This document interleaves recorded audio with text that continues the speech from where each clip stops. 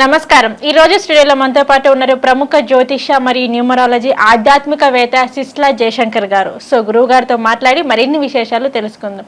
నమస్కారం గురువు గారు. ఆయుష్మతి భవ. గురువు గారు, ఇక తదుపరి రాశి మనం ఒక్కసారి చూసుకున్నట్లయితే అలాగే చివరి రాశి వచ్చేసి మీనరాశి. సో మరి ఈ మీనరాశి వ్యక్తులు కానీ ఈ సంవత్సరం వీరికి ఎలా ఉండబోతుంది అంటారు? అలాగే వీరు ఈ సంవత్సరం ఎటువంటి జాగ్రత్తలు తీసుకోవాలి, ఎటువంటి నియమాలు పాటిస్తే వీరికి ఈ సంవత్సరం బాగుంటుంది అంటారు? మీనరాశి అంటే ఏ నక్షత్రాల వాళ్ళు ఈ మీనరాశిలాగా వస్తారని చూద్దాం ఒకసారి. పూర్వభద్ర 4వ పాదం, ఉత్తరాభద్ర 1, 2, 3, 4 పాదాల వాళ్ళు, రేవతి 1, 2, 3, 4 పాదాల వాళ్ళు ఈ మీనరాశి కిందకు వస్తారు. అలాగే నామ నక్షత్రం కింద జన్మ వివరాలు, పుట్టిన తేదీ సమయము లేని వాళ్ళు, వాళ్ళ నక్షత్రం ఏంటో తెలియని వాళ్ళు, డి అక్షరంతో పేరు మొదలయ్యేవాళ్ళు, పి అక్షరంతో పేరు మొదలయ్యేవాళ్ళు, బి అక్షరంతో పేరు మొదలయ్యేవాళ్ళు, ఎస్ అక్షరంతో పేరు మొదలయ్యేవాళ్ళు, వి అక్షరంతో పేరు మొదలయ్యేవాళ్ళు, టి అక్షరంతో పేరు మొదలయ్యేవాళ్ళు, సి అక్షరంతో పేరు మొదలయ్యేవాళ్ళు ఈ రాశి కింద వస్తారు. డి, పి, బి, ఎస్, వి, టి, సి. ఈ సంవత్సరం వీళ్ళకి సాధారణంగా ఉంటుంది. అంటే బాగోదని చెప్పకూడదు కాబట్టి సాధారణంగా ఉంటుంది. ఓకే, సాగుతుంది, అట్లా జరుగుతుంది, ఏం పర్వాలేదు, దాటేస్తాము అనే ధైర్యంతో ముందుకెళ్లాల్సిందే. ఓకే, వీళ్ళు జనరల్గా ఏమవుతుందంటే ఈ గోచారరీత్యా ఏర్పడే పరిస్థితుల వల్ల ప్రతి పనిని వాయిదా వేస్తుంటారు. పోస్ట్ పోన్మెంట్, బద్ధకం, అలసత్వం, ప్రొకాస్టినేషన్ అంటారు దాన్ని. ఇవాళ చేయాల్సిన పని రేపు చేద్దాంలే, రేపు చూద్దాంలే, మళ్ళీ రేపు వస్తుంది, రేపు వచ్చిన తర్వాత ఇంకా టైం ఉంది కదా, ఇంకా 2 రోజులు టైం ఉంది, ఎల్లుండి చూద్దాం. ఇలా ప్రతి పనిని వాయిదా వేయడం, పోస్ట్ పోన్ చేయడం వల్ల ఇబ్బందుల్ని కొని తెచ్చుకుంటారు. సో ముఖ్యంగా బద్ధకం, పొద్దున్నే లేవకపోవడం, ఇంకా 1 గంట పడుకుందాం, ఇంకొక గంట పడుకుంటే బాగుంటుంది ఏంటి అని ఇలా చాలా ఒళ్ళు చాలా బద్ధకంగా లేజీగా ఉంటుంది. తర్వాత కొంచెం మాట పట్టింపులు, ఇబ్బందులు, చిన్న చిన్న వాగ్వివాదాలు భార్యా పిల్లలతో, తోటి ఎంప్లాయీస్తో, పార్ట్నర్స్తో, ఆఖరికి వీళ్ళ పిల్లలతో కూడా వీళ్ళకి వాగ్వివాదాలు, వాదనలు జరిగే అవకాశాలు ఉంటాయి. అప్రమత్తంగా ఉండి మన పిల్లలే కదా, నా భార్యే కదా, మా తమ్ముడే కదా, నాతోటి వాడే కదా అనే విషయాన్ని జాగ్రత్తగా గుర్తెరిగి మనం వాదనలోకి వెళ్లకుండా ఉంటే మంచిది. వీళ్ళకి అనవసరపు ఖర్చులు ఎక్కువ చేస్తారు, ఖర్చు ఎక్కువ అవుతుంది, డబ్బు నిలబడదు, వృధా ఖర్చు ఎక్కువ, డబ్బు నీళ్ళలాగా ఖర్చు అయిపోతుంది. వచ్చేది వస్తుంటుంది, పోయేది పోతూ ఉంటుంది. కూచమ్మ కూడబెడితే మాచమ్మ మాయం చేస్తూ ఉంటుంది ఏంటి. అందువల్ల జాగ్రత్తగా ఉండాలి. అనవసరపు ఖర్చులు, ధనం బాగా వృధా అవుతుంది, వేస్ట్ ఆఫ్ మనీ, ఇలాంటి విషయాల్లో జాగ్రత్తగా ఉండాలి. అట్లాగే భోజనం విషయంలో సమయపాలన చాలా అవసరం. టైం టు టైం టిఫిను, భోజనము చేస్తూ ఉండాలి. ఈ సమయపాలన లేకపోవడం వల్ల దీంట్లో సమయపాలన పాటించకపోవడం వల్ల ఆరోగ్య సమస్యల్ని కొని తెచ్చుకునే అవకాశం ఉంటుంది. అందువల్ల జాగ్రత్తగా ఉండాలి. అప్పులు చేయకూడదు, వాగ్వివాదాల్లోకి వెళ్ళకూడదు. ప్రతి రూపాయి ఖర్చు పెట్టే ముందు 1కి 2 సార్లు 10 సార్లు ఆలోచించి ఇది అవసరమా, ఈ రూపాయి కూడా ఖర్చు లేకుండా జాగ్రత్త పడచ్చా, లేకపోతే దీంట్లో ఏమైనా తగ్గించచ్చా అని అంచనా వేసుకుంటూ ముందుకు వెళ్ళడం ద్వారా వీళ్ళు ఆర్థిక ఇబ్బందుల నుంచి బయటపడతారు. తర్వాత ఆహార వ్యవహారాల్లో జాగ్రత్తగా ఉండాలి. కొంత చెడు వ్యసనాల బారిన, దుర్వ్యసనాల బారిన, అంటే 2 ఒకటే పడే అవకాశం ఉంటుంది. అప్రమత్తంగా ఉండాలి.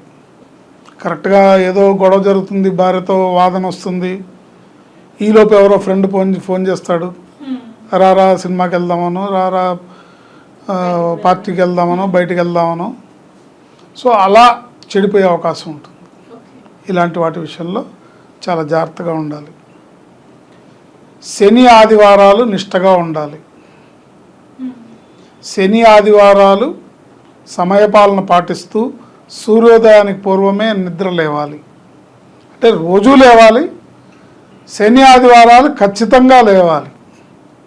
ఇప్పుడు సపోజ్ పనేమి లేదని పడుకోకూడదు. పనేమి లేకపోయినా సరే, ఆ రోజు మీకు సెలవు అయినా సరే, లేచి చేసేది ఏం లేదు, 9:30కో 10కో లేద్దామని అనుకుంటే అలా పడుకోవడమే మన గ్రహస్థితికి, మన ఇబ్బందులు పట్టడానికి కారణమవుతుంది. ఎందుకంటే ఏలినాటి శని నడుస్తుంది. అందువల్ల సూర్యోదయం తర్వాత నిద్రలేస్తే శని భగవానుడికి నచ్చదు, ఆయన కోపం వస్తుంది. ఎందుకంటే సూర్యుడు ఎవరు? వాళ్ళ నాన్న. వాళ్ళ నాన్నగారికి రెస్పెక్ట్ ఇచ్చి సూర్యోదయానికి పూర్వమే నిద్ర లేవని వాళ్ళంటే శని భగవానుడికి నచ్చదు. ఈ మీనరాశి వాళ్ళే కాదు, శనిగ్రహ ప్రభావంతో బాధపడే వాళ్ళు ఎవరైనా సరే ఏలినాటి శని మహర్దశ అనుకోండి, శని అంతర్దశ అనుకోండి, అష్టమ శని అనుకోండి, ఏలినాటి శని అనుకోండి, అర్ధాష్టమ శని అనుకోండి, ఎవరైనా సరే శనికి భగవానుడి అనుగ్రహం కావాలంటే సూర్యోదయానికి ముందు నిద్ర లేవాలి. ఫండమెంటల్ రూల్ ఇది. సూర్యోదయానికి ముందే నిద్ర లేవాలి, శుచి శుభ్రతని పాటించాలి. మీకంటే చిన్నవాళ్ళని, మీకంటే తక్కువ వాళ్ళని, మీ కింద పనిచేసే వాళ్ళని తూలనాడకూడదు, వాళ్ళని దూషించకూడదు, వాళ్ళని హీనంగా చూడకూడదు. ఇప్పుడు ఒకళ్ళు ఎవరో వచ్చారు, ఏదో సహాయం అడగటానికి ఇబ్బందుల్లో ఉండి వచ్చారు, రా అతను ఇక్కడ ఇప్పుడు కన్నాడు అని అనకూడదు. నీకు చేతనైతే సహాయం చేయలేకపోతే అమ్మ నా వల్ల ఇప్పుడు కాదమ్మా అని చెప్పచ్చు. లేదు, నువ్వు అనుకున్నంత ఇవ్వలేకపోతున్నానమ్మా, ఇంత ఇవ్వగలుగుతున్నాను, నీ చేతనైనంత చేయండి. అది అనుగ్రహాన్ని ఇస్తుంది, ఆశీర్వాదాన్ని ఇస్తుంది, కష్టాల నుంచి బయటికి తీసుకొస్తుంది. ఇలాంటి పనులు చేయటం వల్ల లేనిపోని కష్టాలని, శని భగవానుడి యొక్క ఆగ్రహానికి గురవ్వాల్సిన పరిస్థితి ఏర్పడుతుంది. శని ఆదివారాలు వీళ్ళు మాంసాహారాన్ని త్యజిస్తే చాలా మంచిది, ఉత్తమమైన ఫలితాలను ఇస్తుంది. మద్యము మాంసము రెండు త్యజించాలి శని ఆదివారాలు. కానీ పార్టీలు చేసుకునే వాళ్ళందరూ శనివారం నైటు ఆదివారం నైటు చేసుకుంటారు. కాబట్టి ఇది బాగా గుర్తుంచుకొని శని ఆదివారాలు మద్య మాంసాలకు దూరంగా ఉండి త్యజిస్తే చాలా ఆరోగ్యానికి, అదృష్టానికి చాలా మంచిది. ఏంటి ఈశ్వరాభిషేకము, భగవంతుడి శివాలయ సందర్శనము, సుందరాకాండ పారాయణ, సుందరాకాండం చదువుకోవడము, సుందరాకాండ వినడము, లేదా రోజుకొక సర్గ సుందరాకాండ పారాయణ చేయడము, లేదా కనీసం హనుమాన్ చాలీసా చదువుకోవడము, ఏంటి ఇలాంటివన్నీ కూడా వీళ్ళకి చక్కటి గ్రహశాంతిని ప్రసాదించి శని భగవానుడి యొక్క ప్రభావం వల్ల ఏర్పడే పరిస్థితుల నుంచి దూరంగా వీళ్ళని రక్షిస్తుంది. జాగ్రత్తగా ఉండాలి. శివాయ గురవే నమః అనే మంత్రం నిరంతరం చేసుకోవాలి. సోమ బుధవారాలు బాగా కలిసి వస్తాయి వీళ్ళకి.